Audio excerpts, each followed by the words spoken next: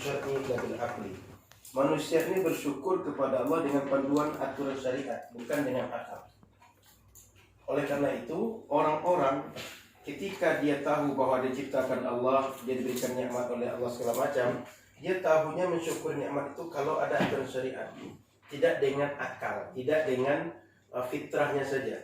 Maka orang tadi kan bisa dikira, orang kan mungkin bisa berhujjah sebelum diutus Nabi, orang ini kan tahu bahwa mereka diberi nikmat banyak oleh Allah, maka mereka mesti taat, mereka mesti bersyukur. Tapi kata para ulama, bersyukur itu mesti dengan aturan syariat. Syariat yang menyuruh kita bersyukur, dan ini cara bersyukur. Tidak tertangkap oleh orang dengan akal saja.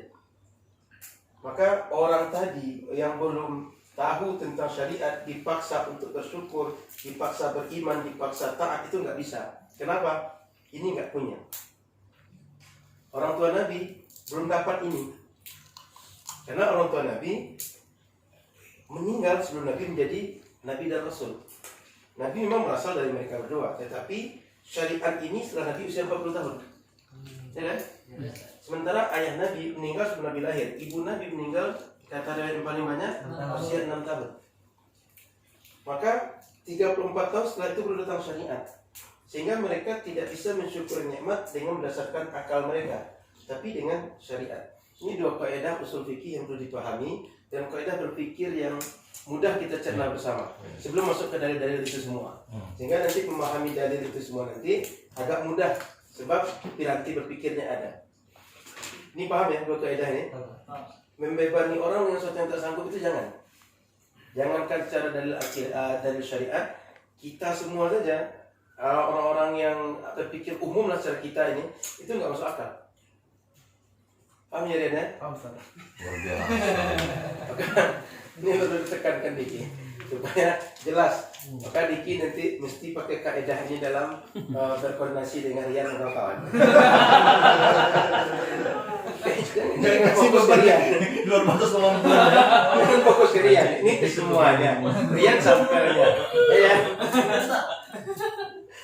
Baik, yang kedua ini, jadi kita beribadah, kita taat kepada Allah, beriman segala macam. Ini aturan syariat. Kenapa muncul kaidah ini? Karena orang Mu'tazilah dengan ini dia mengatakan bahwa orang ahli fatrah mereka tetap diazab. Kenapa? Bil akli. Dengan akal dia orang sudah nangkap dia ini punya Tuhan. Dengan akal dia nangkap bahwa Tuhan mewajibkan dia bersyukur terhadap pemberian Tuhan.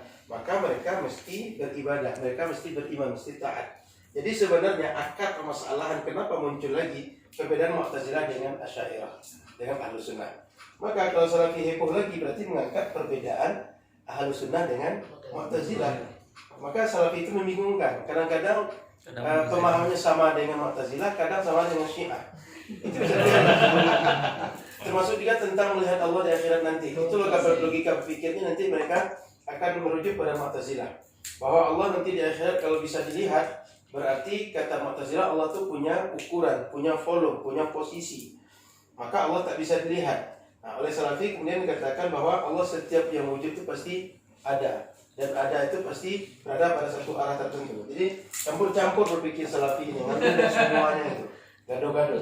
Nah, jadi dua berpikir ini perlu dipahami dengan baik, sehingga kita tanpa dalil pun mudah memahami. Nah, sudah tuh, tadi ada keterangan Hanafi, ada kaidah-kaidah fikih, kaidah hadis tadi.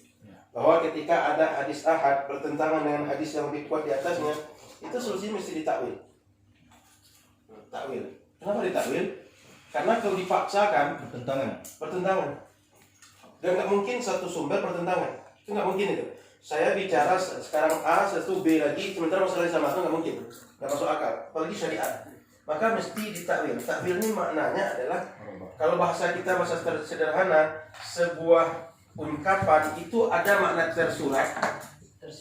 Satu lagi tersirat, itu bahasa mudahnya. Takwil ini mencari makna tersirat. Makna tersirat ini diambilkan dari mana? Kaidah umum syariat yang lain. Diambilkan dari syariat yang lain. Contoh, seperti tadi makna bapak Nabi itu nggak selalu bapak kandung.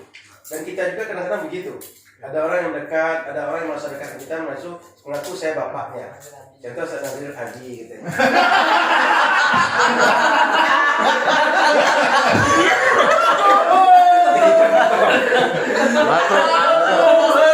Masuk.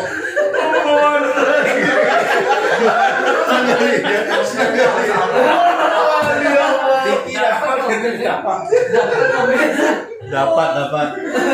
Memang luar biasa beliau. Ada mau nonton surat, ada momennya. maka tadi seperti contoh bapak tadi Abdullah tadi Abu Thalib darinya.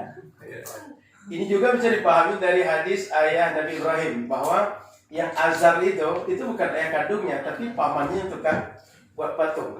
Ya, dan itu dipakai. Oh, itu bukan ayah kandungnya ya? Azar itu kan ayah kandung. Pamannya. Paman dia juga membuat patung. Pamannya. Maka disebut dalam Azar dalam Quran itu kan namanya Azar. Tapi Azar itu Tapi bukan menggunakan ayah. kata abi ya? Digunakan kata abi. Berdasarkan itu para ulama menyebut bahwa maksud dari Nabi mengatakan bapak dia atau orang tua dia ini maksudnya. Karena kenapa? Abu Thalib itu dia sudah sampaikan tadi, dia meninggal sudah dapat syariat. Maka dia masuk kaidah ini. Dia dapat di sini Abu Thalib di sini kaidahnya. Orang tua Nabi dia cuma dapat ini. Paham ya? Kenapa di kita Abu Thalib itu ada perbedaan, dia mungkin di azab, mungkin tidak, sebab dia dapat syariat. Dia tahu. Dakwah Nabi bahkan dilindungi beliau. Sementara orang tua Nabi enggak, sama sekali enggak tahu. Nah, maka mengikut dengan agama Nabi Ibrahim dulu saja. Jadi ini diantaranya kenapa perlu ta'wil. Sebab tidak mungkin satu sumber bicara kontradiktif itu tidak mungkin. Maka harus ditawil. Kenapa mesti ditawil hadis ahad? Sebab ayat hadis mutawatir ayat Al-Quran itu kekuatannya tinggi. Ibarat surat tanah ada SHM-nya kan, ada SKGR. SKGR itu masih banyak kemungkinan dia asli atau tidak gitu. Tapi SHM itu paling tinggi, paripurna. Nah, maka ketika bertentangan dengan yang lebih kuat, yang rendah mesti mengikuti pemahaman yang lebih kuat. Paham ya? Nah, makanya ayat Al-Quran, kemudian apalagi ayat Al-Quran itu maknanya tidak apa ya?